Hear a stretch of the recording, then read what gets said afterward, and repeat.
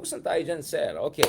Anyway, let's see what are the other developments there. Pero para sa akin talaga nakakabahala yung mga nakikita natin trend lines, right? So just when we thought we're here, apparently we're moving here in terms of yung overall direction ng ating democracy. Now, let's go to the last part, important part.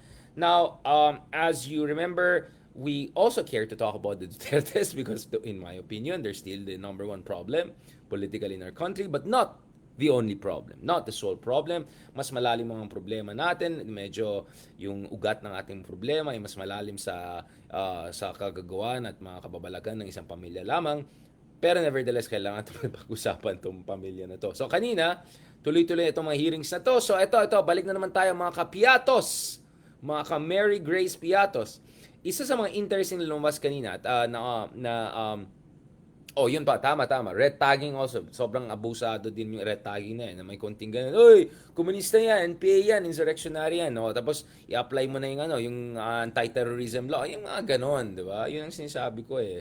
Sana naman, sir, democracy tayo. At offended ka, push back, attack back.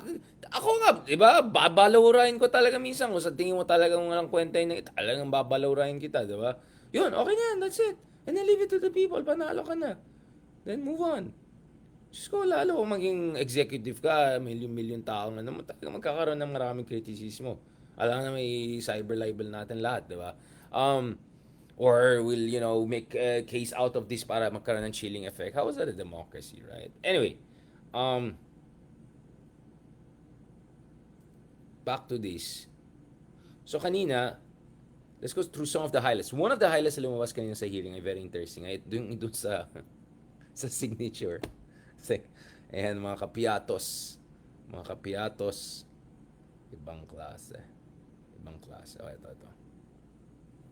Ito si Congressman Zia. Na-interview na. Acknowledgement receipts are. So, Ito na yung mga acknowledgement receipts then, So, alam niyo naman yung background sa acknowledgement and sales. Okay. We're trying to figure out ano yung expenditure process. Okay, ito. So, ito sa mga highlights. Mr. Chair, na pare-pareho ang pagkasulat. At yung mga on the deliberation, the first two... Ito yung first si Congressman Chua, medyo nag-level up na rin, ha? Teka, pinistahan ko. Alin? The chair would like to recognize the first interpolator, Congressman Zia Alonto Adyong. Yun. Buya ka siya. Bismillahirrahmanirrahim. Assalamualaikum warahmatullahi ta'ala wa barakatuh. Magandang umaga po sa ating lahat. Mr. Chair, I'd like to take off from the previous discussions that we had last November 5, Mr. Chair, where the committee has already established a numerous acknowledgement receipts Yun, from yung the Office receipts. of the Vice President Yun. as well as from the Office DepEd Department of Education. These various of these acknowledgement receipts bearing no names and only signatures, Mr. Chair. Now, we have already established that in the last committee hearing. There were even acknowledgement receipts, Mr. Chair, with names that repeatedly, hindi lang dalawang beses, even thrice, tatlong beses pong nag-a-appear ito sa mga sets of acknowledgement receipts. May mga acknowledgement receipts din, Mr. Chair, na pare-pareho ang pagkasulat. At yung iba, pare-pareho yung tinta ng kanilang ballpen na ginamit. Na there have been numerous other observations, Mr. Chair, which lead this committee and at least this representation to believe na meron talagang questionable yung processes at mukhang gawa-gawa, yung mga acknowledgement receipts na ito, Mr. Chair.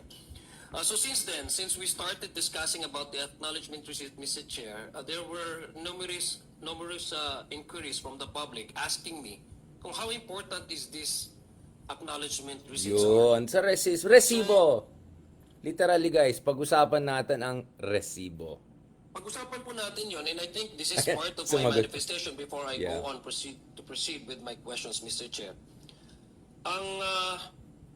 Ang mga acknowledgement receipts na po ito ay isinumite ng Office of the Vice President at the Department of Education bilang documentary evidence of payment for the supposed expenses using confidential funds, Mr. Chair. For the record, and to answer the public, Mr. Chair, Yung buong kabuuan po ng confidential funds ng Office of the Vice President, totaling 500 million pesos, as well as the confidential funds of the Department of Education, totaling 112.5 million. These amounts were liquidated, Mr. Chair, solely through the acknowledgement receipts, totaling with a grand total of 612.5 million Yun. Puya ko of these siya. public funds utilized, na ginamit, na ang binigay lang sa COA as a justification for the utilization of these confidential funds ay yung acknowledgement receipts na marami ho tayong nakita in the previous hearings na medyo questionable. Yung iba ay to a point na nakakatawa, Mr. Chen. I would just like to cite an Ayan na, example. mga Let me go back kapiatos. to the previous again. Ayan na. Acknowledgement receipt that was first observed by Chairman Romy Acop. That's it. How many acknowledgement receipts are we talking here, Mr. Chair? No? Based on my office count, there are almost 4,500 acknowledgement receipts na nanggaling po in total, no? Both nanggaling po sa Office of the Vice President, pati rin po galing po dun sa Department of Education when the Vice President concurrently holding the office as Secretary. Roughly 4,500, 2,670 from the Office of the Vice President submitted acknowledgement receipts, and 1,820 with no invoices, zero official receipts, no? Grabe, Lahat no? po ito Daming, acknowledgement receipts daming gaps. na walang attachment of proof of identity, no? Or the existence man lang na yung supposed recipients nito ay buhay or totoong tao. So this is what we find out during the previous committee hearings, and this is what I think the observation of this representation would like to find out. May I, again, let me go back to the previous discussion that we had at nagkaroon din ito ng national traction. May I request COMSEC to please flash the first acknowledgement receipt that was noticed by Chairman Acop. Ayan po, Mr. Chair. Yung Mary Grace Piatos, no? Isa Yun. po yan sa mga acknowledgement receipt na naisumite sa Commission on COA, Commission on Audit, na alam naman po natin na yung pangalan na Mary Grace ay isang restaurant, yung Piatos ay isang chichirya. So if you ask me, medyo questionable. Kung meron pang talagang taong nagngangalang Mary Grace Piatos, now we could not find out whether this Mary Grace Ayan. Piatos is indeed a person or alive because there's no corroborate attachment to it other than the acknowledgement receipt Ayan. na receive natin, ang permado niya. Ibang klase talaga. So, Mr. Chair, Ayan na yung resito. Tingnan this nyo. prompted, Mr. Chair, in fact, some of the members here, and I guess, Ayan na. members Tingnan came yung out similarities, with oh. Tapos iba yung pangalan. Tingnan mo. yung pabuya na kung sino man ang makakapagturo, Mr. Chair, Galawan, sa ano taong yan. ito, Galawan we are trapo willing talaga. to provide 1 million pesos as a reward for anybody who can point to us whether this Mary Grace Piatos is indeed a person and if she is really around, alive, no, Mr. Chair. Also, as Mr. Chair, another observation that I want to ask, I think it was also already mentioned during the previous hearings, that there are names appearing in both the acknowledgement receipts from Yun. the OVP and as well as from the Department of Education.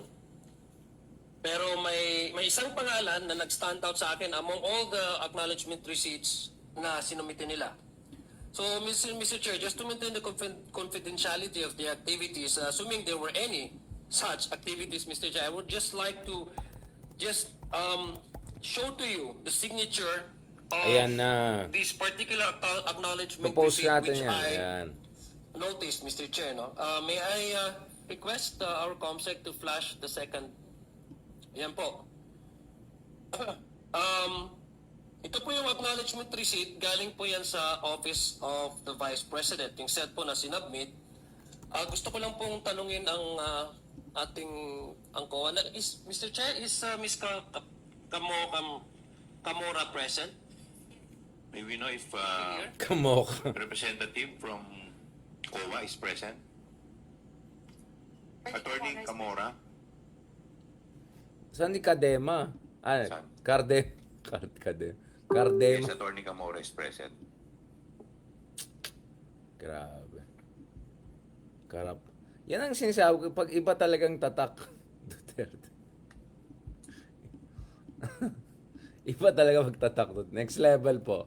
Sa lahat ng sinabi ko kanina, medyo next level pa rin itong mga to eh. That's it. Ayan. Attorney, Anong defense natin? Comsec, can you please flash the... You have already taken your oath, man, no? Kasi several times ka naman umattend, no, Attorney Camora? Tama po ba? Yes. Can you... Yeah, Attorney please. Camora, please answer. Yes po, Mr. Chair. Nakita niyo naman po itong ano, no? Acknowledgement receipt, no?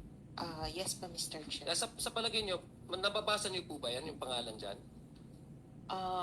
It's, I think, Kokoy Villamin po. Yeah, Pocoy Villamin received on, ano ba yan, 9, no? September 17, 2023, no? So, itabi lang po natin yan for the meantime. And I'd like also to show you another acknowledgement receipt, this time from the Department of Education. Mr. Chair, can I ask COMSEC to, yes. On the left side, with black ink, that's from the OVP. On the other side is from DepEd. Okay, pakibasa po yan, yung pangalan din po dyan sa DepEd.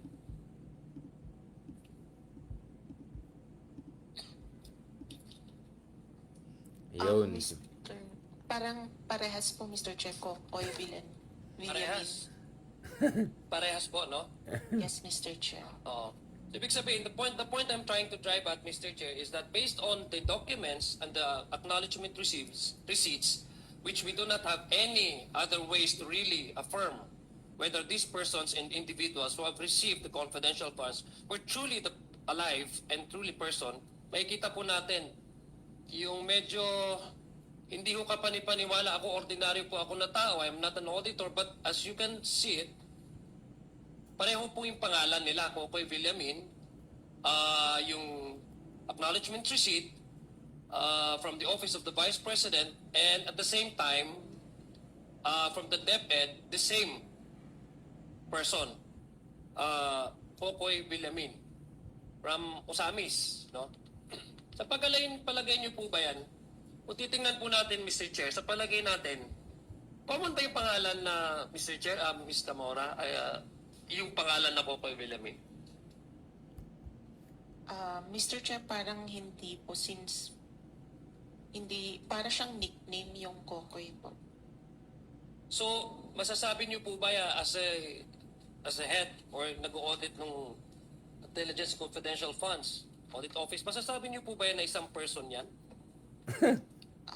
Pwede po, Mr. Chair. Yun lang. Pwede? Pwede po. Pwede. Pwedeng isang person, no? Is it just a coincidence that the same two offices heading by the same person submitting to you the same acknowledgement receipts Ayan na, bookingan na can tayo. encounter two persons? How unlikely would that be? Two persons with the same One name, in a bearing zillion. the same spelling, same last name, with the same first name. Posible po po yan? Yari tayo dyan. Medyo likely Not. less possible. Yeah, I think it's highly unlikely, Mr. Chair, na yun po yung mangyayari, no? Yan tayo. Kung titingnan niyo po ba yan, Ms. Camora, yung sulat po ba dyan pagkapareho? Hindi po. I think it's very obvious, Mr. Chair, that the signatures, Mr. Chair, on the acknowledgement receipt submitted by the Office of the Vice President is quite different from the acknowledgement received by the Department of Education, no? Parehang pangalan, pero mukhang magkaiba Yeah. ang tinta. Mr. Chair, this is just one of the examples that we have received, no? 100%. From the office from the COA, no? Yung sinabit po nilang acknowledgement receipt, Mr. Chair. Now, is it true, Mr. Chair, that I'd like to ask Attorney Camora, is it true, Mr. Chair, Mr. Chair, na magkaiba po yung auditor nung sa OVP at saka the same sa Department of Education. Yung Parang yung that time po, yung resident auditor ni po nila, magkaiba po, no? yes po. Oh, Yung magkaiba. resident auditor, Yes, magkaiba. definitely magkaiba po. Kasi kung isa po yung auditor nito, I think malalaman po nila ito and they will be flagged, no? Kung bakit magkaparehong pangalan and magkaiba yung signatures. Exactly the same spelling and exactly the same family name. Tama po ba? Tama po, Mr. Chair. Okay, thank you very much. So I think, Mr. Chair, this is something that we should look into. The reason why I'm pointing this out, Mr. Chair, and for the public's information, ito po yung pinag-uusapan natin dito. Dahil unang-una po, with this kind of itong pag-aabuso sa ganitong proseso ng pag-audit na ibibigay lang po nila is acknowledgement receipts, it gives us so many, it provides us so many, and it opens up so many floodgates of questions, Right. which I believe, yun yung pinaka-importante po na masagot. Dahil these are public funds utilized, and these are funds na readily available for their request. Tapos ganito yung nakikita nating mga reports nila at saka yung pag-acknowledge ng kanilang pag-utilize ng kanilang pondo. It's very obvious, Mr. Chair, na hindi lang po si Mary Grace Piatos ang nakita po nating questionable. Nakikita din po natin na may mga acknowledgement receipts, Mr. Chair, na pare-pareho yung pangalan, na magkakaiba yung date, na magkakaiba yung kanilang pirma, Mr. Chair. So it begs the question now, how do we be able to supply answers to this question? But because even if we ask COA here, mayroon bang attachment na sinubmit sa inyo to verify whether this was given as a way to purchase information, or is it a reward payment for an information that is relevant to the activity of the Office of the Vice President or the DepEd in relation to confidential funds? Kasi magkaiba po yan eh. Mr. Chair, acknowledgement receipts po ang sinubmit nila, and Acknowledgement receipt po, ano po yan? That's the payment for information, purchase of information, or Both yung po. reward? Both po, Mr. Chair, acknowledgement receipts ang sinubmit nila for both information and rewards. It's just that sa rewards po, may additional requirement lang po kaming hiningi. Yung Yeah, rewards but pa, di ba? Ang unfortunately, laki some ng... of these acknowledgement report, Million din acknowledgement yan. receipts were not supported by Yun a nga eh. certificate of success. Hindi ba? Kasi magkaiba po yan, Mr. Chair. Eh. Pag yung purchase of information, regardless whether this information are useful or not, talagang bibilin mo lang yan. Diba? But the reward and payment for the information, dapat po yan may certificate of success. Hindi ho ba? Doon sa agencies po na pinagpartneran, for example, ng inyong opisina. Tama po ba yun, Attorney Camora? Tama po, Mr. Chair. And all of these acknowledgement receipts were being supported by the certificate of success? Mr. Chair, yung sa rewards lang po. Yeah, but on not all of this, in this particular case na sinad ko po sa inyo, are you familiar with this kind of acknowledgement receipts?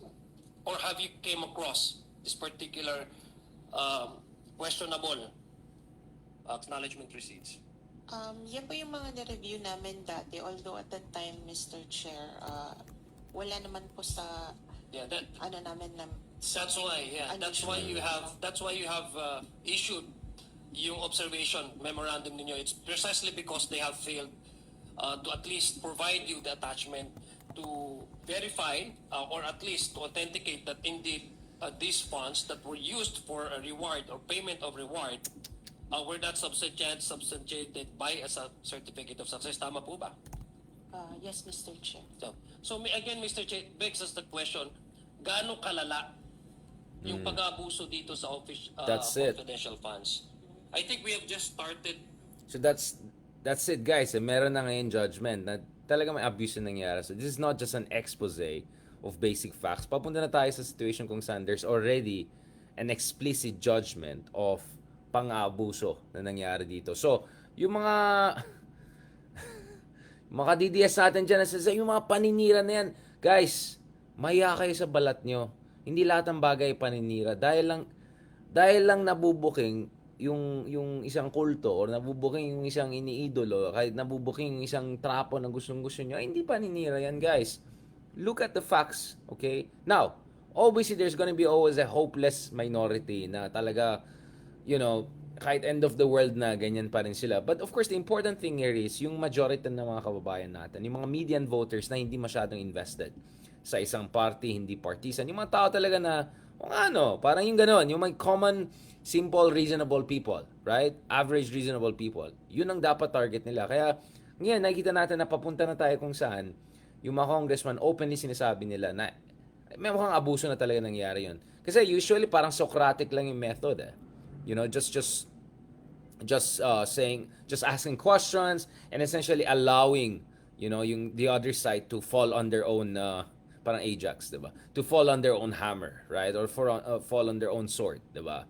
So ito yung nakikita natin dito na papunta na tayong situation kung saan meron ng public explicit judgment na something is really wrong. So spell out na kumbaga, lalo na doon sa mga kababayan natin na mukhang medyo hindi pa rin nag-gets. All of these problems and all of the questionable acknowledgement received. I think this is just the tip of the iceberg, Mr. Chair. If we go Yun, deeper ito into pa. this, Tip of the mukhang iceberg lang. widespread po ang nangyaring pag-aabuso sa pondo po ng ating gobyerno, Mr. Chair. And so far as the utilization of confidential funds is concerned on both the Department of Education and the Office of the Vice President. Hindi lang ho si Mary Grace, ang sabi ko nga po, hindi lang ho si Mary Grace. Nakakatakot. Alam mo, kung yun ang gawain nila sa Davao, nakakaawa yung Meron din Davao. pong mga pangalan na pare-parehong nag-a-appear po on both acknowledgement receipts, Mr. Speaker, coming from the Office of the Vice President as well as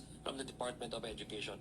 Mr. Chair, just a manifestation, and I believe there are questions relating to this that my colleagues would also like to ask the COA, and I would yield to my colleagues to further inquire kung paano po ito nakalusot at saka ano po talaga yung nature ng pagbibigay ng acknowledgement receipts, which I believe, to my mind, Mr. Chair, is open to abuse, Mr. Chair. And the new process po ng pagganito, kung ganito, if we allow this to continue on, talagang maabuso at prone talaga po sa mismanagement ng pondo na binibigay po sa mga ahensya. Particularly, Mr. Chair, ito pong discussion natin ng utilization ng confidential funds ng Department of Education while the Vice President was still holding as the agency as the Department Secretary. Marami pong salamat, Mr. Chair, and thank you, Attorney Camora. Thank you, Honorable Zia. Okay. You can check the rest of this. I can also send to you mga highlights sa mga other things, guys. So ito. So nakikita natin na papunta na tayo sa exciting part, 'di ba? Parang medyo parang season 1, I think papunta na tayo sa season 2, right? Ang tanong lang whether season 2 will be the finale. Ang worry ko lang dito ay dalawa essentially, no? Yung isang nakakabala dito is baka naman gagamitin naman ng mga politiko. Hindi ko sinasabi, I think Congressman Zia, among other things, I think he's doing a good job. I mean, this is a person who was also at the forefront of, speaking for the for the people of Marawi in the midst of all of the kapalpakan na nangyari ng panahon ni Digong. Remember, it was under Duterte's watch that a bunch of terrorists took over the whole city, and within 5 months pa lang natalo sila, and by that time sirang-sira na yung syudad na yan, no? So, the AFP, our brave patriots, already had actionable intelligence. I know it for a fact because I talked to people who already know it, and they were comfortable enough to tell me, all right, off the record.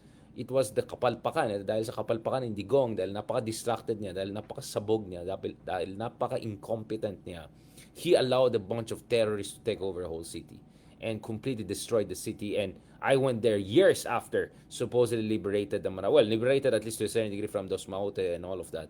But reconstruction, walang kakwenta-kwenta yung ginawa ng panahon ng Digong, di ba? Now, that doesn't mean okay yung ibang administration. I'm just saying, yung mga ka-DDS natin na proud kay Digong, ang lakas ng loob mag-criticize ng ibang tao, ang lakas ng loob na magsabi na galit sila sa corruption or whatever. Tingnan na naman yung nangyari. Tingnan naman kababalagan na nangyari sa DepEd. Tingnan naman kabalastugan ng nangyari sa mga receipt na yan, sa mga ganun yan. Tapos sasabihin niyo paninira, maya naman kayo sa balat niyo, maya sa is na kayo dyan. At dito, siguro naawa na rin ako sa mga taga Davao. Kaya sabi ko, Davao deserves better. Davao is a great city. Davaoenos are great people, intelligent people, wonderful people. I mean, as a Baguio boy, diba? I know exactly na hindi lang sa Manila ang mga galing. Siyempre sa amin din maraming magaling sa Cebu, sa Lawag, I can go on, Iloilo, Bicol, whatever. Kaya nga, you deserve better than that. Buti nga, thank God, wala na kaming ganyan sa Baguio. Now, of course, Mayor Magalang is not perfect, but Mayor Magalang is not the kind of dynasties that used to have, or actually in Baguio, we never had the kind of Garapalan dynasties that unfortunately some of our kababayan have. Kaya nga mas maayos yung politika, at saka mas maayos ang governance sa Baguio. For everything you can say about Baguio traffic, whatever. Sorry, I'm very proud of Baguio. Mas maayos sa Manila, obviously. But, you know what I'm saying? Talaga Davao deserves better. If this is the reflection of the Davao style of Duterte's running the show, ay nako, you can do much better than that. So yung paninira yung mga excuse niyan, laos na yan. Okay? Now, yes, maraming trapo iba, oo. Pero sigurado niyo, hindi kayo yung pinakamalaking trapo bago kayo magsalita ukol sa ibang tao. May ibang kapalpakan na ibang administration, of course. Pero bago kayo magsalita, ayusin niyan. Sigurado hindi kayo mga pinakapalpak, di ba, na presidente nung time niyan, di ba? So, yun yung konteksto dito. And then the other thing, of course, I want to see here, as I said, is sana hindi lang purong hearing lang yan kasi free airtime, di ba? Kasi February po tayo mag-start officially. Sana naman hindi ginagamit ito pang free airtime or grandstanding. Hindi ko sinasabi niya nangyari, but if this thing keeps on going and going until January and wala pa rin any decisive action, kung talagang itong mga ebidensya, resibo, all of anomalies na sinasabi, totoo, then wala na tayong, medyo magdududa na tayo, ano ba nangyari dito? Pakit lang ba? Grandstanding lang ba? Or talagang papunta tayo sa exciting part na talaga for the last part? Alright, on that note, thank you very much mga kameta. Maraming salamat. In the coming days, try natin tuloy-tuloy pa rin yung RRM. Last week was amazing. The other day was amazing. We had Kristan, we had Justice Carpio, we had Ronald, we had Mark. Talagang the full, right? The full range was there, right? So we'll try to replicate it and hopefully as soon as possible also arrange in person again with Sir Ronald among others. Tomorrow on my own show, The View from Manila, check it out. Nakadalawang interviews na tayo from people based in Washington, D.C. Dr. Long from more progressive think tank and Dr. Satu, also my other friend from another very major think tank, East West Center think tank. I had them on my show. There'll be a couple of other US-based experts on our show. But tomorrow also, hopefully, interview rin natin ng mga vloggers. Hindi lang si Mark, pati si Ellie. Yan, marami tayong mga exciting people na pag-usapan. Tingnan natin kung si Rosemar, yung mga ganun, tingnan natin down the road. But on that note, thank you very much, guys. Maraming salamat. At doon sa ating mga pikon na DDS, sana mamulat kayo. Yan, napakagaling ng leader nyo. Kamusta ang mga totoong drug lords? Sabi nga ni Trillanes, ang totoong drug lord talaga ay, yan. At kung titingnan mo gaano kakorap yung isang Trapo dynasty dyan, alam na natin yan. Okay, Ian Pablo, kumita ka ng 20 pesos. Congratulations sa troll farm nyo. Pwede ka na ma-promote sa colonel rank sa troll farm. Alam na natin yan. Made in Beijing. On that note, thank you very much. God bless and